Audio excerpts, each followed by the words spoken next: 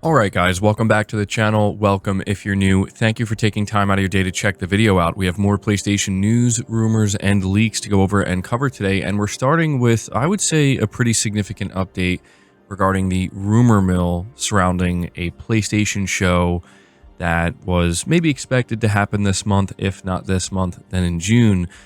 Previously, we were reporting on multiple insiders claiming that they haven't heard anything about Sony doing a show in May or June, and that the next time they're likely going to do a show is in September.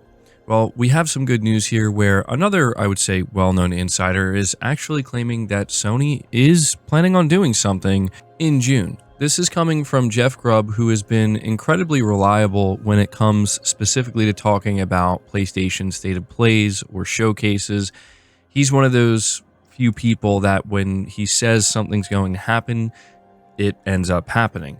And so what he did on his recent Game Mess morning stream was confirm that the reason why we're not seeing a show in May is because Sony's planning on doing a show in June. And he did go on to say that he is not sure exactly if it's going to be a state of play or if it's going to be an actual showcase. He did say that he's leaning more towards a state of play. If I had to guess, it's probably because he doesn't want to speculate it's going to be a showcase, so that way, if it does end up being a state of play, everybody's going to be mad and say he was wrong. But he did say for sure that Sony is doing an event in June. And so I thought that this was important to kind of go over because it really did seem like Sony was actually going to skip the, the summer season or, the traditional May, June, July time frame where everybody kind of puts on some kind of show. Sony hasn't done that before, right? Even though they've went many years without doing showcases, they've always done at the very least a state of play. And so I think for a lot of people this is good news and reassuring. Now obviously how good this show is going to end up being, it's anybody's guess. Will it be a showcase? Will it just be a basic state of play? What I will say is that if you look at the previous 3 or 4 state of plays Sony has done, they've done a pretty good job and we're pretty consistent where you can expect a lot of third-party games, a couple of second-party partnerships, and then they kind of end it with something significant regarding first-party from PlayStation Studios. Now, would it be better if they do a full-blown showcase and have a lot to show and, give us some significant updates and show a lot of gameplay? Yeah, that would be ideal. But I'm just glad we're getting this information because, it's been a long time since Sony's done a showcase. And even if they're not doing a showcase, I'd much rather have a decent to good state of play than nothing at all, right? So let me know your thoughts on that. But continuing on here, we have another rumor about the Days of Play sale, which is the annual sale that Sony does that a lot of people kind of anticipate and look forward to. This is being reported by Push Square. They say Sony's annual Days of Play sale promotion is set to begin next week on May 28th, according to the ever-reliable leaker Bill Bilkoon. In a fresh article on Dia Labs, they state the discounts on offer will be live for 2 weeks and are temporarily lowering the price of PS5 consoles, games, accessories, and PS Plus memberships. These even include the PS5 Pro. The leaker claims that the upgraded PS5 Pro will be €50 cheaper across Europe, and as long as this same discount carries over to the UK and the USA, then the console should end up being £650 and $650 for the duration of the sale. The base PS5 is also set to go on sale with a £100, €100, and $100 discount on both the standard system with a disc drive and the digital edition. And so, yeah, other discounts we're looking at here are PSVR 2. You're going to be seeing $50 taken off of that, 30% discount on PlayStation Plus subscriptions, and discounts on all PS5 controllers. So this is actually great news, I would say, because, again, we're in a time where prices are going up. Everybody is anticipating that Sony is next, and they're going to be raising the prices on all their hardware and stuff like that. And with this Days of Play sale, it's actually going to be the opposite. I have to say it's a bit surprising to even see that the PS5 Pro is going to go on sale. So, my recommendation, anybody out there, if you're on the fence about upgrading to the PS5 Pro or even just picking up a PS5, any of these things, this would be the time to do it because we don't know what's going to happen in the coming months. And Sony even went on record when talking to their investors that, listen, depending on what happens with the tariffs and whatnot, we may have no choice but to, increase prices. But for now, they're actually going to be doing the opposite by reducing the prices for this big sale. So there you go. It's also another telltale sign that Sony is going to be doing a show every year around the same time they do a show, when they do the Days of Play sale. So there you go. We're going to move on to the next set of topics, which are some unfortunate updates regarding upcoming live service titles. We're starting here with Fairgames. We are hearing from Colin Moriarty of Sacred Symbols. According to his source, Fairgames did actually have an external playtest on, which is not new information, but we're finding out that it was under a code name, Project Hearts, and it was conducted on PlayStation Network. And according to at least one source who spoke to Colin Moriarty about the game, apparently it does not feel good to play, and they even went on to say it's super clunky. It's apparently like a combination of a battle royale and an extraction shooter.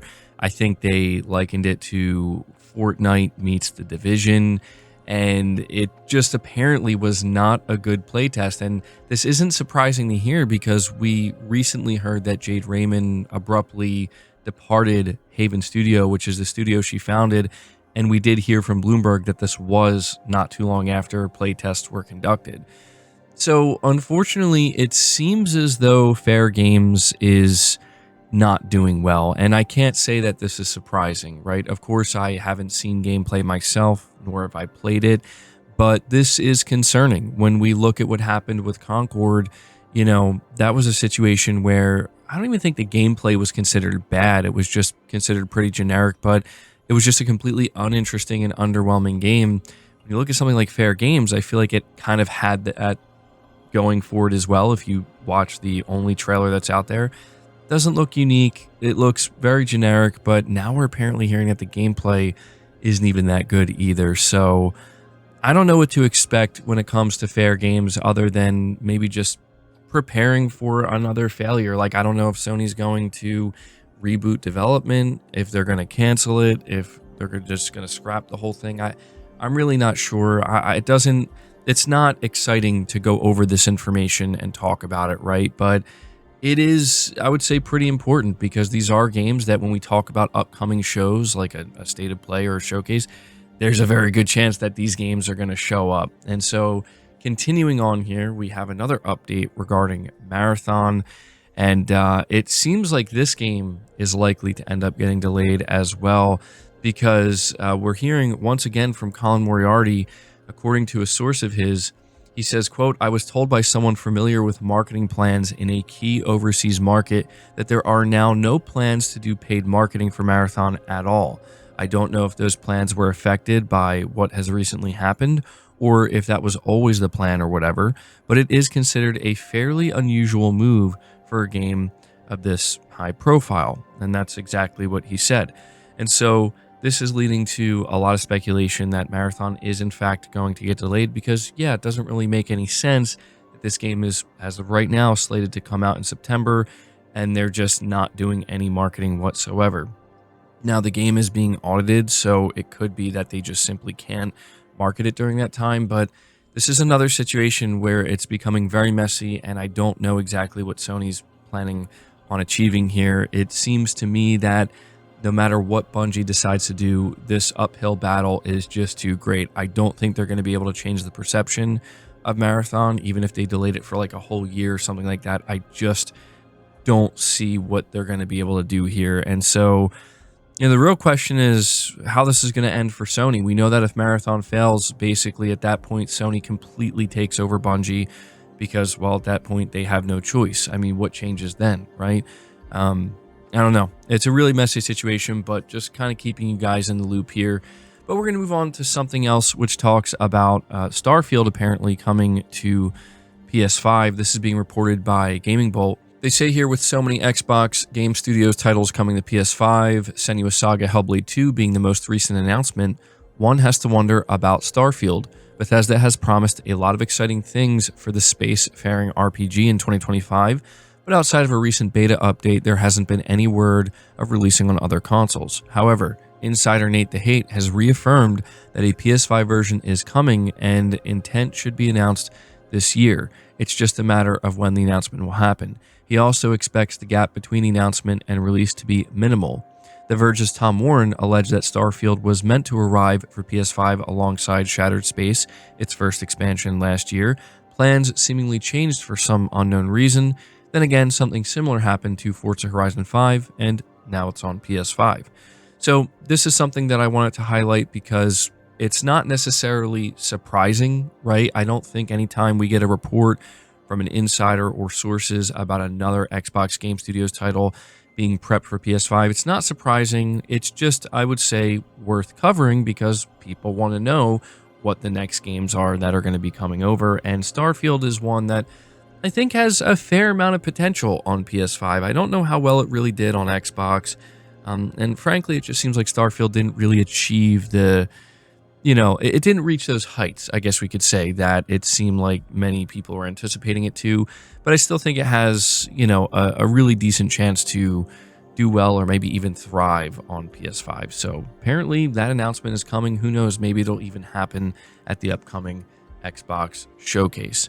But guys, that's going to do it for the video today. I hope you enjoyed it. I hope you found it informative. If you did, be sure to leave it a like, subscribe to the channel if you're new, hit the bell notification icon, and feel free to share this video out on top of all that. But until next time, guys, take care.